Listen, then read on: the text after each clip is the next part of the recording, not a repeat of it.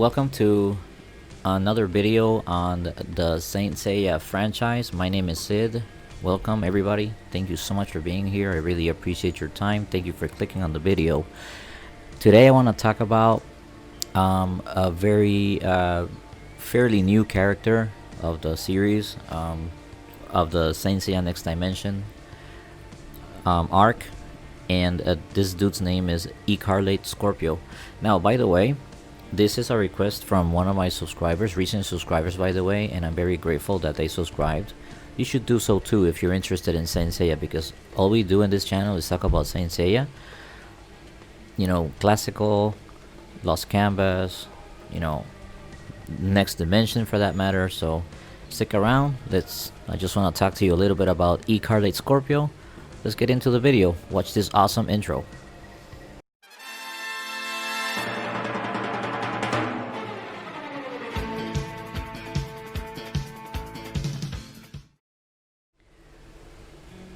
Okay, after watching that awesome intro, the first thing I want you to know that Ecarlate Scorpio is, of course, the saint of Scorpius of the Holy War, the previous Holy War against Hades, which is of course narrated in Saint Seiya Next Dimension, Myth of Hades. He is the saint most faithful to Odysseus of Ophiuchus, who saved him as a child. Now, that's the first thing we learn from him. That he is the most faithful saint to Odysseus. Let's not forget that Odysseus is our main antagonist of the series. We haven't gotten to the point yet where we know much about Odysseus, but I believe I made a video on him a while back, so I think I'll go ahead and tag this video on scorecard or something. Not a scorecard, but a card. I'll just call it a card.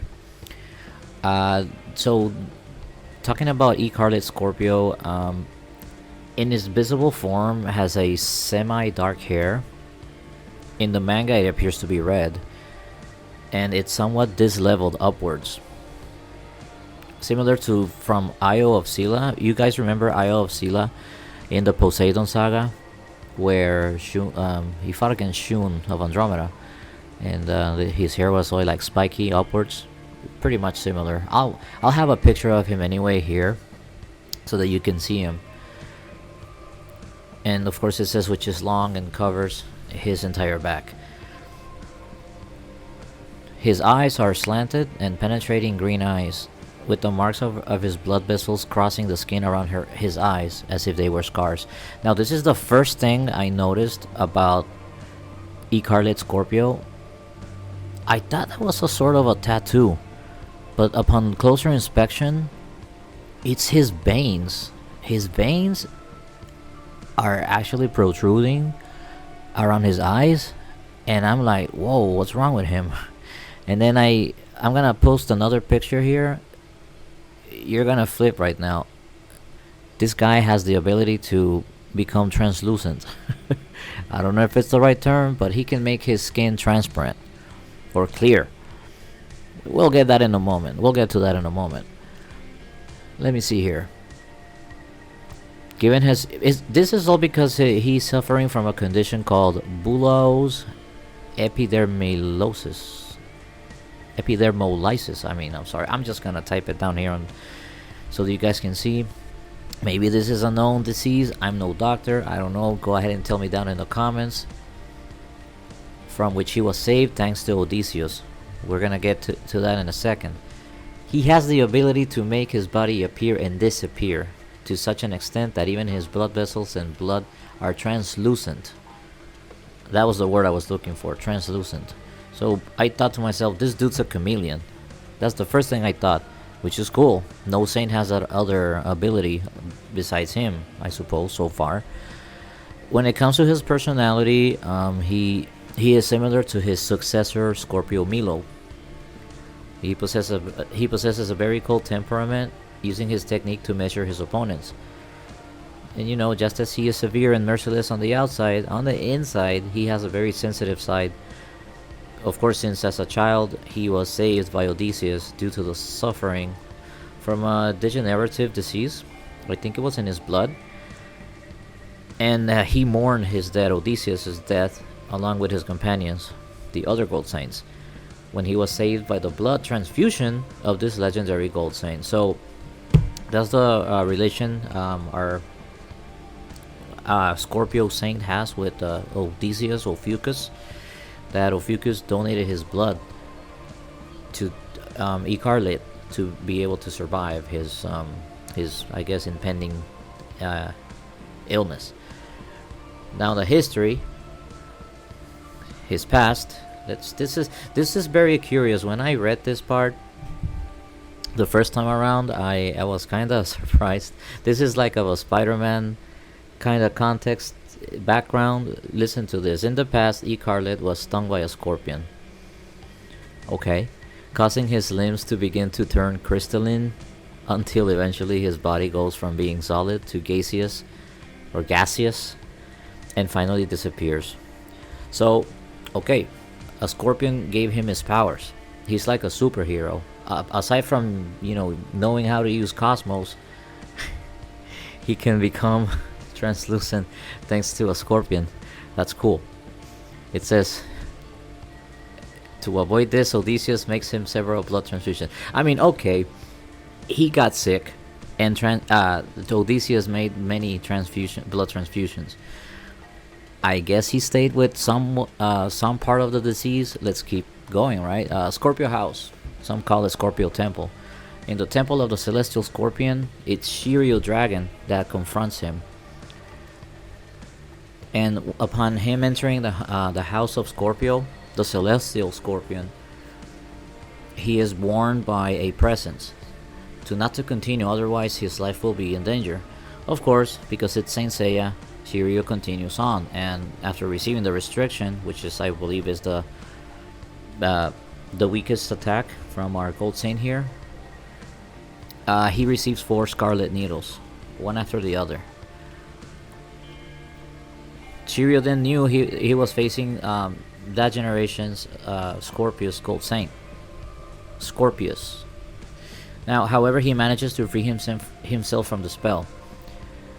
The dragon saint becomes impatient at not being able to catch a glimpse of the saint, who attacks him with a 5th and 6th needle. So all this time, Ecarlate was in the hiding, but I thought to myself as I was reading this earlier, maybe he's attacking from behind a column in the temple. No. Check this out. The dragon saint becomes impatient at not being able to catch a glimpse of the saint, who attacks him with a 5th or 6th needle. We just covered that. Subsequently, dragon trembles from the attacks received, and it is then that Ecarlate shows his true appearance, making himself visible, starting with his blood vessels. So he was in front of him the whole time, but now he's making his blood vessels visible, but not his skin. Ecarlate, enraged by Shiryu's insistence on overcoming his challenge, exerts more needles on him, culminating in his multiple Scarlet Needle Quattro attack. Remember, there's 15 needles in total, and you gotta make it all the way up to the 14th to receive Antares. Ripping the dragon's claw to pieces on the spot with the Scarlet Needle attack, Scarlet Needle Quattro attack, leaving him to use only Antares. Now, surprised to hear that Dragon already knew his techniques due to the existence of his Scorpio successor Milo. That would make sense, of course. Ecarlate admits that now that Odysseus is resurrected, Athena has become unnecessary. I think we learned this trader's attitudes with what was his name? The Cancer Gold Saint. I forget his name. It's still too new for me, but I did a video on that, and well, the dude seems at first that he wants to betray Athena, but at the end we all know that that was not his intention. It was to lure out the specters and to destroy them. But anyway, we're talking about Scorpio here. Let's see. He decides to swear allegiance to Odysseus. Out of respect, Ecarlate decides to tell Dragon about his past and how Odysseus saved his life due to a serious blood disease that the Scorpius Saint had.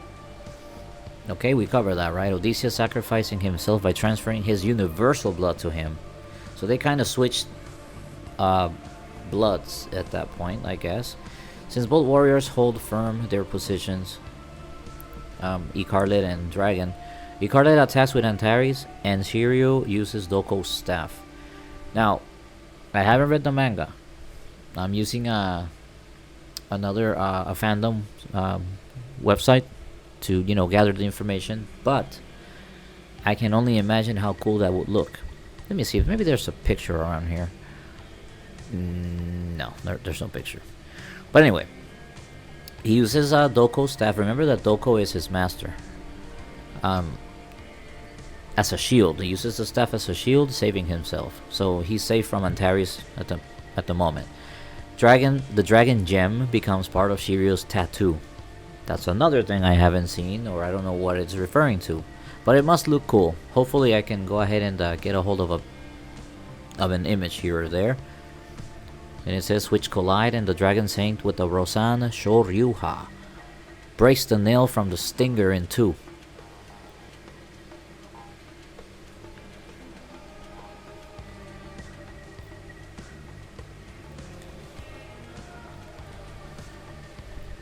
The dragon gem becomes part of Shiryu's tattoo, symbolizing that Shenlong, of course, has recognized Shiryu, who has achieved and mastered the patience to become a true and righteous warrior. Shiryu has always been a very calm and collected guy. That's one of the reasons why his tattoo is an actual dragon. Aside Doko's tattoo, which is a tiger. I think I already covered this topic on another video. I'm gonna double check, and if not, I'll make that my next video. If they both use dragon techniques, how come Doko has a tiger and Shiryu has a dragon? We'll leave it for next time. But anyway, moving on. We're almost done here. Ecarlate recognizes Shiryu and his fervent desire for justice. Then both use their techniques. A final showdown, I guess, which collide, and the dragon saint with the Rosan Shoryuha, his best attack, breaks the nail from his stinger in two, nullifying the effect of the Scarlet Needle Antares. Thus, Ecarlate recognizes his defeat and stops the effect of Scarlet Needle through the pressure of the central vital point to stop the bleeding. The Shinoten. Remember, Milo did the same thing to Hyoga, so he wouldn't die. He pressured his chest so that he would stop the bleeding. The same thing happens here. It allows you to pass through to the house of Sagittarius. So Ecarlate allows Dragon to move on to the Sagittarius temple. So that's basically the confrontation between Dragon and Ecarlate. Now let's learn about some abilities of this Gold Saint. As a Gold Saint, of course, its speed allows it to travel at over 300,000 kilometers per second. Of course, we all know that its gold clot can withstand the cold drop down to minus 273.15 degrees Celsius. That is, of course, the absolute zero. As a Gold Saint in the service of Athena, he is able to control the energy called Cosmos. Well, we all know that. As a Gold Saint, he possesses a complete command of the Seventh Sense. We all know that. He can appear to his opponent's invisibility and can hide his presence. This is important. It's not that he can't be seen, because if he were fighting against Goku or Naruto or any other superhero out there, they don't need to see him. They just need to feel him and then they can attack him. No, it says he can appear to his opponent's invisibility and can hide his presence. So he's gone, poof, but he's still there. You can't feel him. However, it is unknown whether it controls its transparency condition at will. I don't know why it says it, but it's a he. We don't know if he controls his transparency at will. Now, I'm gonna jump to the, let me see, curiosities, because this is like super awesome. The first thing you want to know about Ecarlate is like Cardia. Cardia is his counterpart in Lost Canvas. Ecarlate has a rare condition on his body. Seems to be a trend. So Cardia has a his specific illness. Ecarlate has another illness. Okay. Like Saga in the 12 houses. You're gonna flip about this one. Okay, so the next point is like Saga in the 12 houses. Ecarlate is completely naked under his armor. Now, hold on. Hold on 1 second. He is completely naked under his armor. It's not such a big deal, but hold on. Let's look at his armor again. Look at the waist area down. There is a big opening there, where if he would throw a kick at his opponent, they would see all his junk. I don't know, man. I don't know. I don't know. Let's move on. Anyway, just forget that. Scratch that. Unlike Shijima, that's Virgo, Mystoria, and Izo, who have inherited their will to protect Athena from Hyoga, Ecarlate only allowed Shiryu to pass by because of his firm will to serve justice. However, the Saint of Scorpius is currently the most faithful to Odysseus' will. At first, and due to a rumor among fans, it was believed that Ecarlate would be a woman. Why? Due to a misinterpretation of how his face was darkened when his blood vessels appeared. Yeah, I thought the same thing, but no, it's completely a male character. He is the first saint of the 18th century to flaunt long hair without tying it up. Okay, that's cool. It is the first time that it is mentioned that a person is destined to become a gold saint. Odysseus tells him when he helps him purify his blood, but although it remains a mystery if it is by predestination or because he was in training to be so. Well, in the classic manga, we saw Hyoga face Scorpio and Shiryu face Capricorn or Shura. In Next Dimension, the roles were reversed. Well, with Hyoga facing Izo, that's Capricorn of Next Dimension, and Shiryu facing Ecarlate Scorpion. Ecarlate is an exclusive character from Saint Seiya Next Dimension. Alright, what a cool character. We've reached the end of the video, but I just want to give you my final thoughts. Awesome character, awesome properties. This dude is a chameleon. He can, disappear at will. I just hoped he had like like his own personal special attack, apart from the the restriction and the Scarlet Needle and Terry's. But oh well. A very interesting character. Kurumada-san has not lost his touch. Keep doing awesome content like this, Mr. Kurumada. I will continue to follow your work. You are awesome. Always been a fan since the age of 12, and I hope you've been too. So hey, if you like this video, you know what to do. Give it a like if you liked it. Go ahead and subscribe if you want to hear me just read at you some Saint Seiya content. And yeah, I'll see you guys next time. Hey, thanks so much for staying. Have a good day.